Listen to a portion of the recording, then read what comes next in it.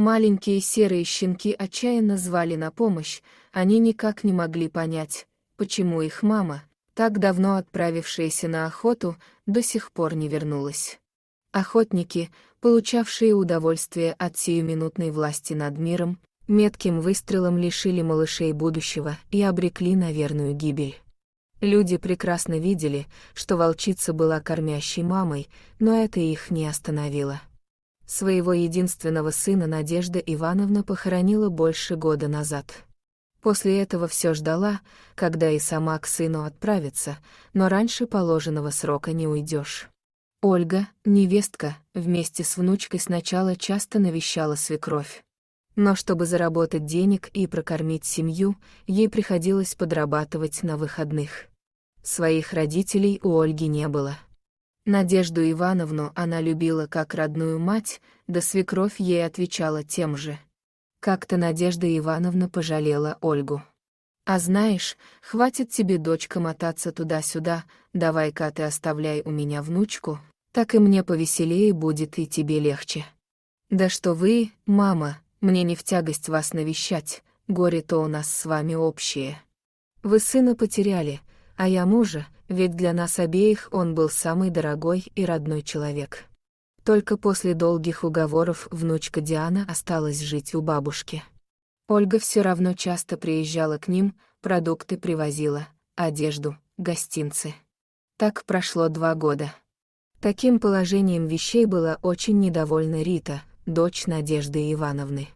Очень ее волновало, что Ольга со своим отпрыском трется у матери в доме, переживала, как бы бабуля на старости лет дом не переписала внученьке своей любимой. Диана между тем росла девочкой резвой, но при всем при этом послушной и самостоятельной. Ей можно было доверять, потому часто бабушка и давала ей разные поручения. Даже в лес за грибами и ягодами давно сама ходила. Но в последнее время стала пожилая женщина замечать, что девочка как-то слишком много времени проводит в лесу. Прихватит с собой припасов до молочка свежего, но всегда с полной корзинкой возвращалась. Сколько ни пыталась бабушка выпытать, для кого так много еды берет, внучка отмалчивалась или отшучивалась. Один раз только обмолвилась, что питомцы у нее в лесу есть, вот их и навещает. Так и ходила все лето, а потом и осень. Рита хоть и редко бывала у матери, но сплетни до нее доходили быстро, ну а уж выводы она сама делала. Очень она боялась, что отпишет бабка все наследство этой внучки. Время летит быстро, Диане пришло время в 1 класс идти, приехала и забрала Ольга девочку в город, пообещав свекрови, что они ее одну не бросят и будут часто приезжать. Маргарита, узнав про такой расклад, обрадовалась несказанно, решила подсуетиться и у матери пожить, считала, что ведь той, наверное, недолго осталось, нужно склонить ее к мысли, что самое время подумать о наследстве. Надежда Ивановна поначалу обрадовалась, что дочка приехала, будет кому о ней старушке позаботиться. Да не тут-то было. Уже через полмесяца стала пожилая женщина просить, чтобы та уезжала. Все от того, что дочь стала с матери деньги требовать.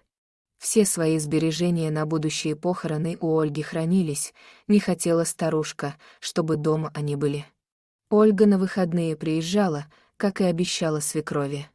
Только Рита недовольная ходила, постоянно ее упрекала, что у бабки на шее сидят и деньги с нее тянут. Постепенно жизнь Надежды Ивановны стала невыносимой. Собственная дочка обзывала ее старой дурой, кормила невкусной едой, даже телефон отняла. Когда однажды старушка разлила чай, руки совсем слабые стали. Так родная дочка и совсем взбеленилась, стала маму заставлять чай со стола слизывать. Всю ночь тогда несчастная мать плакала, никак не могла понять, как она такую бездушную дочь воспитала. Надежда Ивановна попросила соседок позвонить Ольге, пусть спасет ее от собственной дочери. Одна из соседок позвонила невестке и рассказала все как есть. После звонка Оля сразу же примчалась, не дожидаясь выходных, отгулы на работе оформила, Да Диану с собой прихватила, все-таки надо было как-то мирно решать вопросы по уходу за пожилой женщиной, и на наследство она не претендовала. Ольга была готова забрать свекровь к себе в город, оставить Рите все, только бы пожилая женщина ни в чем не нуждалась. Вечером они сели за стол переговоров. Ольга дала обещание Маргариты переписать дом на нее. Долго она уверяла алчную родственницу, что ей ничего не нужно, наоборот, завтра она заберет Надежду Ивановну к себе в город, если та, конечно, согласится. Рита вроде успокоилась, поверила и засобиралась к себе домой. Только рано утром, пока все спали, Маргарита пошла не на автобус, а в лес. Диана почувствовала неладное, потихоньку оделась и незаметно последовала за своей вредной теткой. Не доверяла она тете, странно ей все казалось. Так и вышло. Девочка заметила, что Рита начала грибы собирать, но брала среди них заведомо опасные, яду в которых хватало, чтобы вся семья погибла.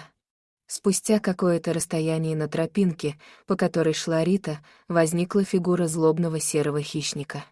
Матерый волк преградил дорогу женщине, обнажив при этом клыки, прижав уши и опустив низко голову, уверенно двинулся навстречу. Маргарита испугалась до смерти и попятилась назад, а потом и вовсе побежала в сторону деревни. Маргарита бежала как могла, стараясь не оглядываться. Но когда она выбежала на опушку леса, то обнаружила, что на ее пути снова стоит тот же самый волчара. Что делать? От него бежать обратно в лес не было смысла, и она застыла на месте от страха, молча ожидая неминуемой расправы. И тут в этот самый момент на поляну вышла ее племянница Диана.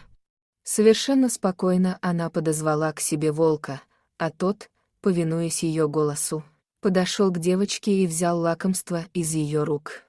Как завороженная смотрела Рита, как вслед за ними показался еще один зверь, как две капли воды, похожий на своего собрата. И он тоже беспрекословно слушался девочку.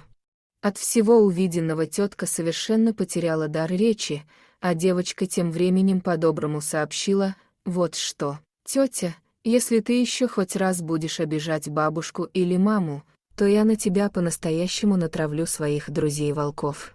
И про мысли плохие тоже забудь». Затем Диана что-то негромко сказала волкам, и они отступили. Придя домой из леса вся грязная, Рита молча собрала свои вещи и уехала, ни с кем не попрощавшись и не говоря ни слова. Диане пришлось во всем признаться. Она попросила маму оставить ее жить у бабушки, ведь в школе и в деревне можно учиться.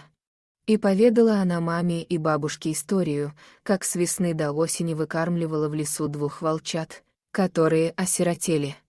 Они сдружились тогда, и вот сейчас именно они помогли спровадить из деревни неблагодарную тетушку.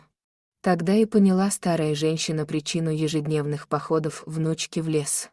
При любой погоде девочка бежала к своим питомцам, не могла бросить их на погибель, а признаться бабушке боялась, та бы запретила, и волчата просто погибли бы от голода. Две женщины переглянулись и подумали, что им удалось вырастить хорошего и доброго человека. И самое главное, у нее теперь есть такие защитники, что беспокоиться нет причин. Дорогие зрители, если вам понравилось это видео, то ставьте лайк и подписывайтесь на наш канал. До свидания.